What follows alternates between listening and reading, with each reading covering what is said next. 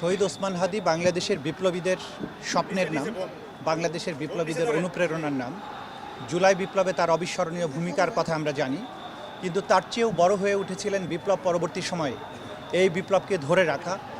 একটা সাংস্কৃতিক বিপ্লবের মাধ্যমে বাংলাদেশে শুধু রক্তক্ষয়ী যে বিপ্লব হয়েছে তার মাধ্যমে একটা স্বৈরশাসকের পলায়ন হয়েছে, কিন্তু এই রাষ্ট্রকে, এই তরুণ প্রজন্মকে আমাদের কালচারালি যে একটা উচ্চতায় পৌঁছাতে হবে, এই জাতির বিশ্বাস, এই জাতির গণতান্ত্রিক যে ভাবনা, এই রাষ্ট্র সবার করে ফেলার, রাষ্ট্রটা যাতে সবার হয়ে ওঠে সেটার জন্য যে তার প্রচেষ্টা ছিল, তিনি ইনকিলাব মঞ্চ করেছিলেন।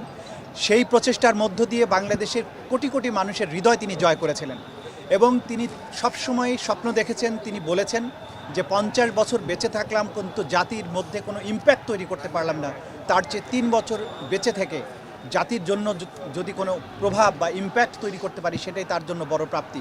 সেই কথা তিনি বারবার বলেছেন। তার কথাবার্তার মধ্য দিয়ে শাহাদাতের জন্য তার তীব্র যে আকাঙ্ক্ষা ছিল সেটা তিনি প্রকাশ করেছেন এবং আল্লাহ তাআলা তার সেই ইচ্ছাকে পূরণ করেছেন। তিনি জাতির জন্য তার সবচাইতে বড় স্যাক্রিফাইসটা করেছেন, তিনি শহীদ হয়ে গেছেন।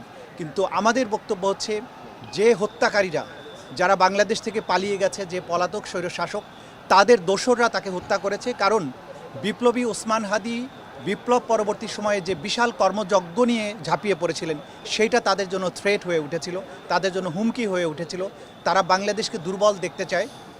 বাংলাদেশের বিপ্লবীরা যাতে রাষ্ট্র বিনির্মাণ, রাষ্ট্র চেতনা নিয়ে বড় হতে না পারে, সার্বভৌমত্বের চেতনায় বাংলাদেশ দাঁড়াতে না পারে, সেই বিষয়টাকে খেয়াল রেখেই ওসমান হাদিকে তারা টার্গেট করেছে।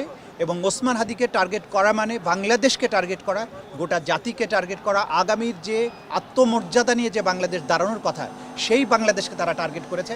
সুতরাং এই হত্যাকারীদের ব্যাপারে রাষ্ট্রকে সর্বোচ্চ এফোর্ট নিতে হবে।